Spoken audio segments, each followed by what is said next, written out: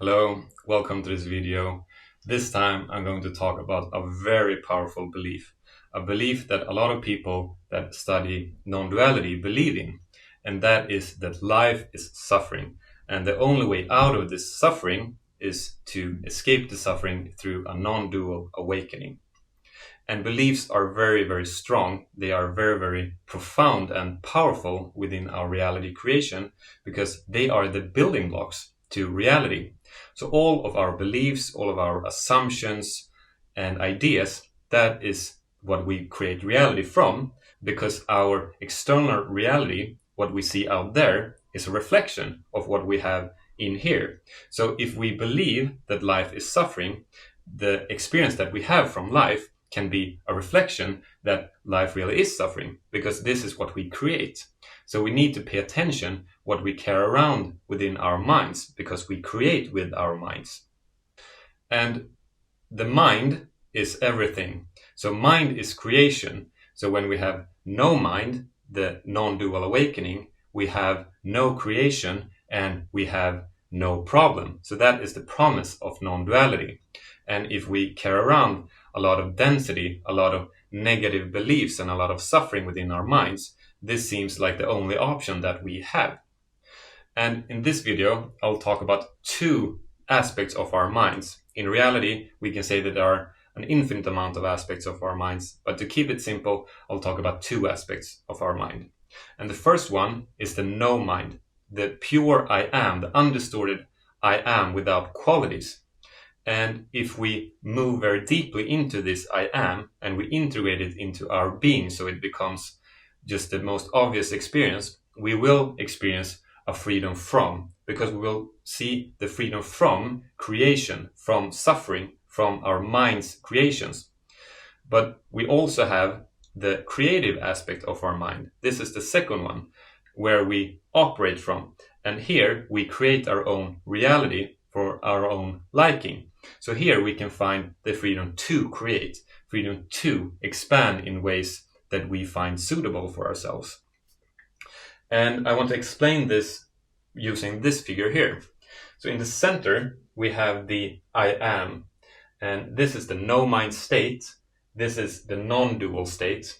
And if we move towards this point, we can have the experience of cessation, where there are no creation, because all of reality will implode into this point, because this point is prior to the projection of the manifested reality. And then we have the other aspect of reality, and this is the creation. So from the I am, we create from. So projected from the I am, we have creation. This is our operational mind. And if we expand within this ability, if we become more skilled, we will find a freedom to create a reality of our own liking that suits us. Now, the problem that we have as human beings is that we think oftentimes that we are at the apex of evolution, that we know everything, that we have figured everything out. But in reality, we are very, very unevolved. We are childish species. We do not really have a lot of context of how reality moves.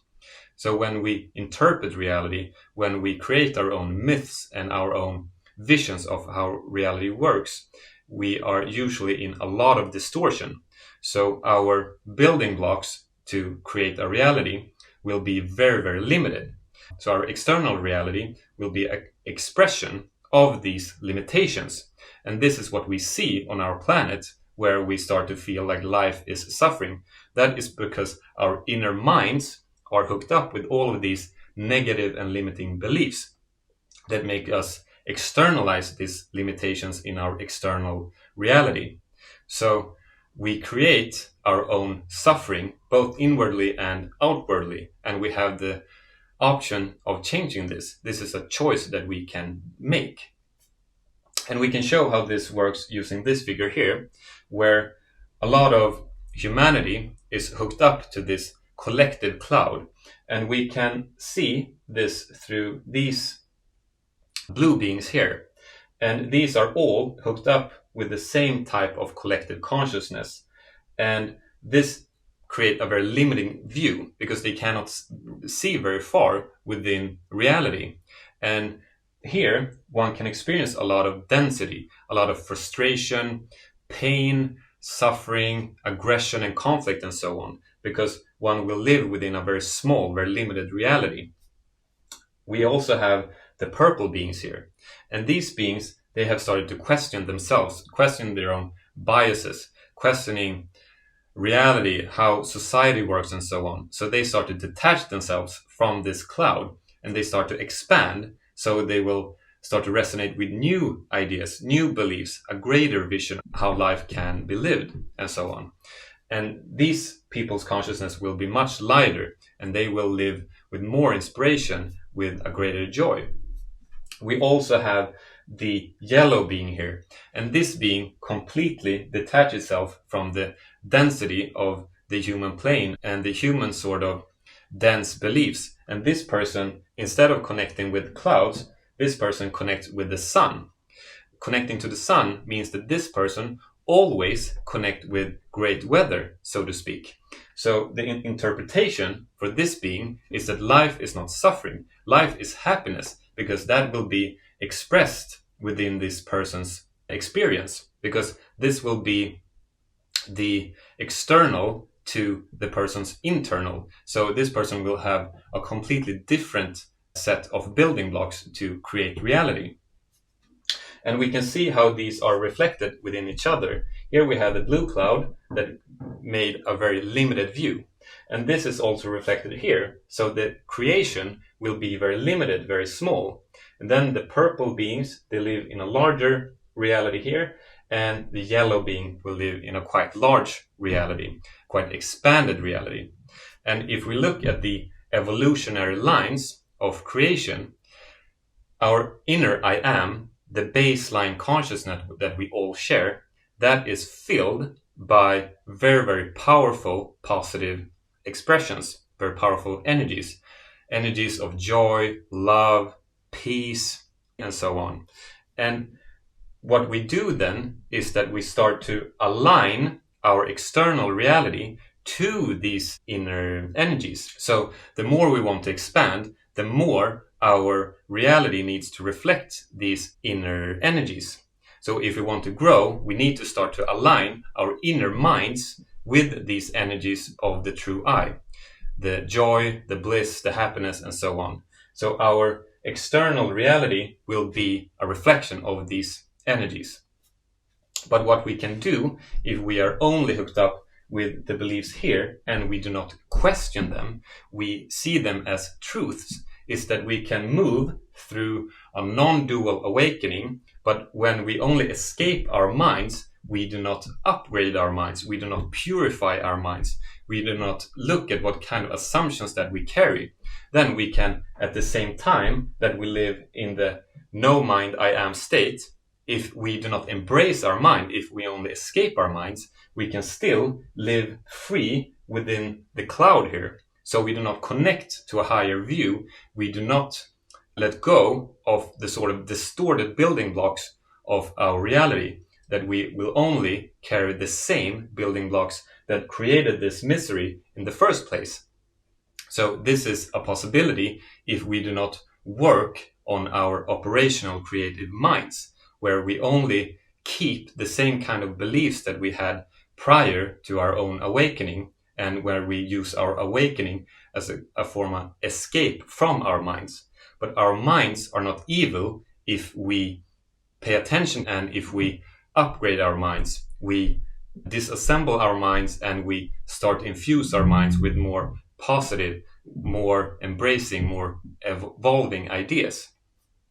What we can do to start to download new building blocks, new beliefs that we can create a new external reality from, how we can start to integrate more and more expansive and evolutionary ideas can be in many, many ways. One way that I use is that I use hypnosis. I'm a hypnotist where I hypnotize a client, and through this hypnosis, I make the client start to detach from this time-space construct, this anchoring into physical reality here. This person's consciousness can freely tour the sort of quantum realms. So one can connect throughout different areas of the multiverse. And this can be timelines on different planets, other galaxies, from more evolved species, different beings from a much higher dimension. And for example, if we connect to a being that is, say, 1,000,000 years ahead of humanity within its evolution, if we speak and interact with this being will share wisdom, visions, and ideas of a much higher evolutionary plane that we have in our human consciousness. What this do is that we can get new building blocks, and we can start to speed up our own evolution, because when we have new ideas, more powerful beliefs, ideas, and so on, we can then externalize these beliefs within our creation. So this is one way in how we can download a sort of greater vision of more purpose, a more powerful meaning, and a more powerful way to live our lives. So this is one way. Other ways can be where we read books of people who are very inspired and inspiring. We can start to look at different content on YouTube. We can do a lot of things where we can start to connect with higher evolutionary planes of existence.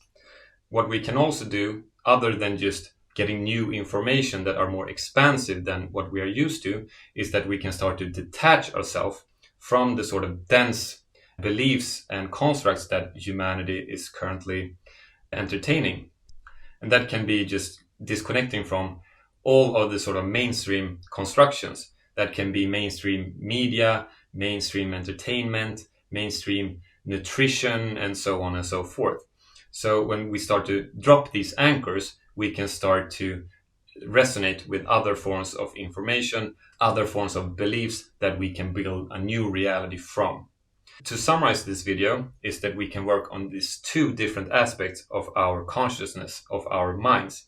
And that is to pierce our inner being and go into the no mind state, the pure I am. And this pure I am holds all the energies, all the pure codes to creation. And this is where reality is constructed from. And if we use these energies and start to align our operational, our creative mind with these energies, and have ideas, beliefs, visions, and myths that are based on this very pure energies, then we can start to transform our own reality, and we can start to resonate with realities that are based on harmony, happiness, and so on. And the belief that life is suffering will be long, long gone, because we have outgrown that sort of consciousness. We will no longer be in resonance with this kind of creation. And the toolbox that we have, the building blocks of reality, will be much purer. They will be in resonance with creating a reality that is a reflection of the pure I am. And that is the opportunity that we always have. So life is not something that should be escaped. It is something to be embraced. The only thing that is wrong is our own ideas that we carry around, and we always have the opportunity, the choice to change our minds. And when we change our minds, we can change our own reality, because reality is only a reflection of our minds. And that was all for this video. Thank you very much for watching. Bye.